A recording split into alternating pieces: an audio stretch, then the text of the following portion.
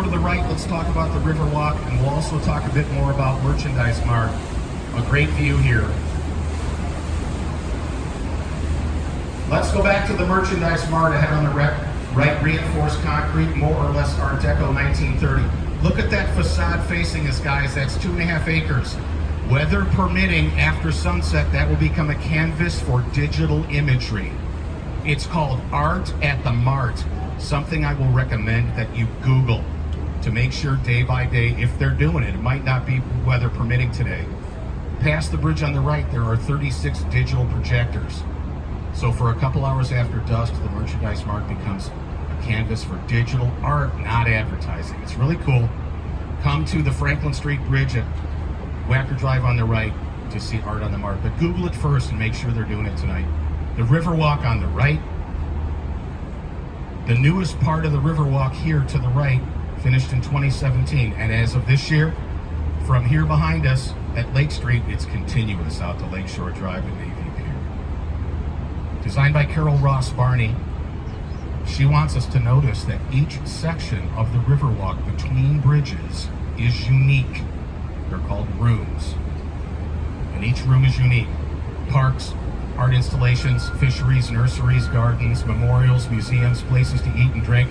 As we head back to Navy Pier, scope out a part of the Riverwalk that you might like to visit. And then again, after the bridge on the right, guys, you'll see the digital projectors just under the upper level of Wacker Drive. I'd like to talk now about the bridges. There's a train, a local neighborhood commuter train heading to the right into the loop. It'll go once around the business district, then head back to the left north. All of the bridges are drawbridges. Most 2 leaves opening up and out from the center. It's called bascule style. Most of the bridges here built in the 20s and 30s. Now that the river is closed to commercial shipping, we only raise the bridges now for the tall-masted sailboats. We saw it already.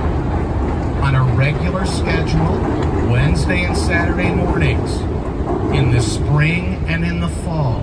We saw it today. It starts about 9 a.m. down the South Branch, one bridge at a time. This time of year, we're heading out to the marinas. Take a break in summer. In October, we reverse order. You have till the end of November to get your boat back inland. Ice prevents us from safe boating in the winter. Let's go ahead to the right at the next bridge. Again, trying to break mostly ahead now, because I love this story. Ahead to the right, at the bridge, the LaSalle Wacker building. Very pure Art Deco style.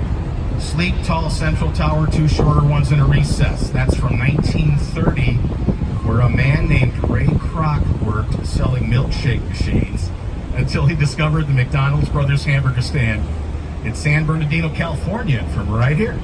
Began to franchise what we now know and love, don't lie to me, as McDonald's. Check out the founder with Michael Keaton. He starts out working here before he takes over McDonald's. Let's stay ahead to the right.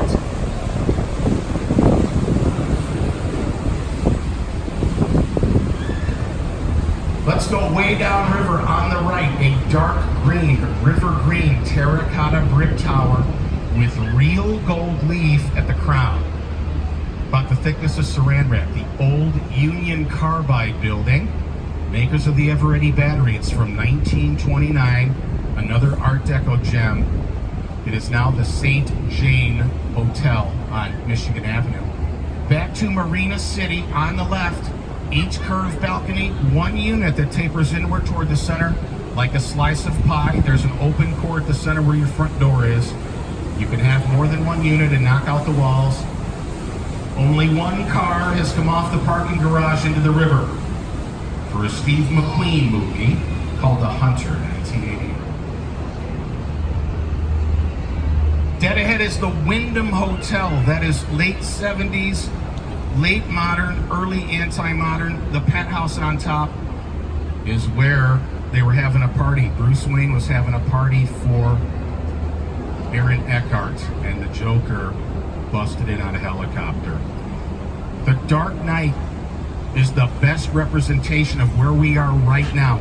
Very little computer graphic changes. The Dark Knight portrays this part of the river very accurately, subliminally you might recognize some of these buildings. And speaking of movies, we've got some youngsters, if you're into the Transformers, the robots do a lot of damage ahead to the right at the Jewelers building. Beige reinforced concrete or granite. They had this whole part of Wacker Drive closed off for a week when they were filming. It was awesome. They create a disaster area that looks like broken steel and concrete. It's all wood and plastic. Then you see the explosions, but you don't hear them. Everything else is added later.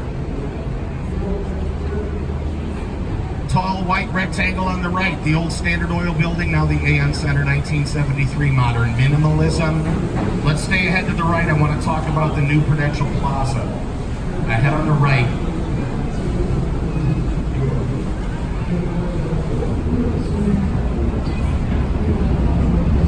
Come on, ladies, get the heck out of the way. To the right of the gold crown, tapering at the top of the sharp spire, new Prudential Plaza, 1990 Echo Deco. That crown inspired by the one atop the old Chrysler building in New York City. So Old Union Carbide is Art Deco. Next to it, New Crew is Echo Deco. Behind it, Modernism. 3 generations again on one corner. Head back to the Wrigley building. Now, let's go back to Trump Tower for a bit. I want to talk about one last time about these caissons. We're heading east toward the Wrigley building, which we talked about. We'll talk about Tribune Tower afterwards, but on the left at the base of Trump Tower, these silver tubes, caissons. At the center, a steel girder surrounded by reinforced concrete, 20 feet through topsoil, 80 feet through terracotta clay, which is no walk in the park. So it's 100 feet before you even get to the limestone. Another 50 feet minimum into the limestone. Caissons are how we anchor skyscrapers on what is wet soil. Usually hidden here, they're more and more exposed due to the advances in technology. Straight ahead, that gray box from 1965, I hope you know that's modernism. It's by Skidmore, Owings & Merrill, 1965, but unusually in this case, the lead architect was a woman, Natalie Dubois. That was rare then, it's not rare now. Jeannie Gang here in Chicago is actually the new leader. Let's go ahead on the left, Tribune Tower, gray limestone. They're working on the flying buttresses. That crown inspired the glass one we saw the other side of Sears Tower, 1926. Inspired by a cathedral in Rouen, France. So Tribune Tower is French Gothic Revival. European Revival is regional. London House, Greco-Roman. Wrigley Building, Spanish Renaissance.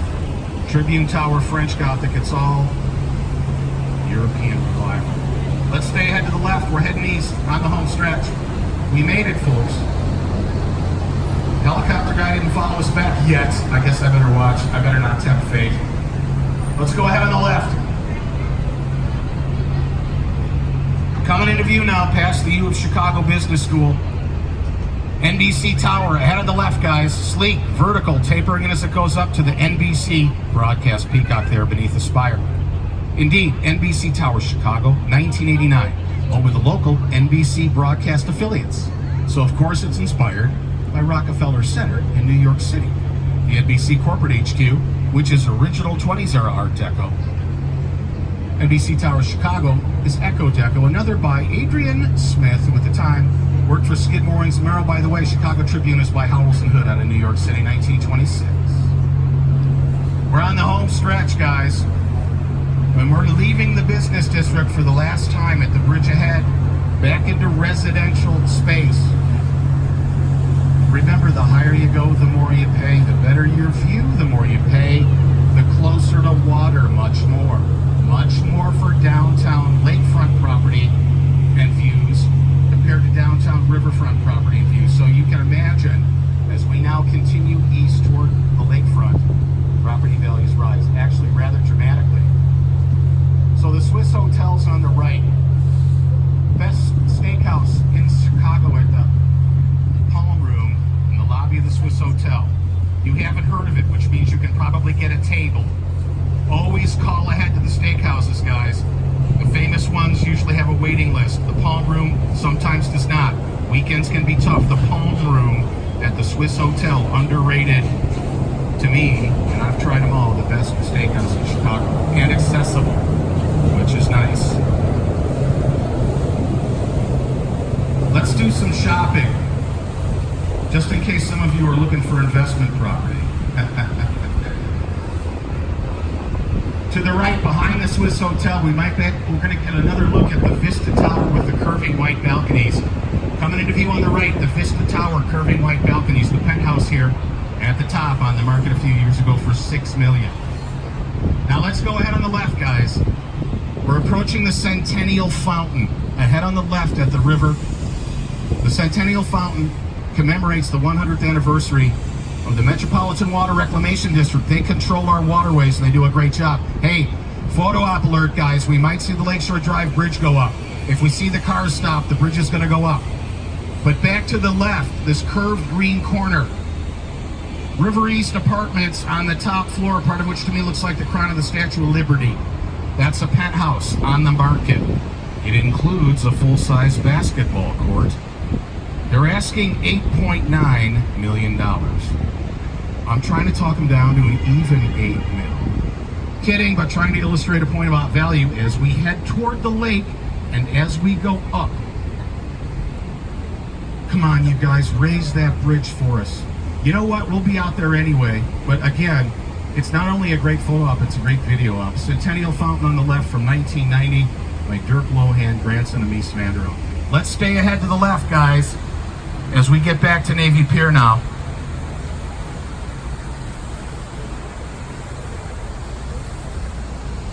And we're going to see one of the many marinas where the sailboats are heading after the bridge on the right. But we're going to stay ahead to the left, coming into view back where we started. Another one of my favorite buildings.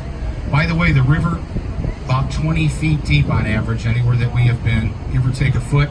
This is the natural algae green of the river. This is not St. Patrick's Day green. The St. Patrick's Day parade, the Saturday of St. Patrick's Week, we joined the Plumbers Union. They use a yellow liquid dye. It's a food coloring. They use it to detect leaks in underwater pipes and illegal dumping, but on St. Patrick's Day, it's just for fun to make the river a bright yellow green for the weekend. Ahead on the left, back where we started, this curved black glass and steel tower, Lake Point Tower. Luxury residences right on the shoreline, 1968. Right before it became officially illegal to privately develop east of Lakeshore Drive. 70 stories, residential space. The route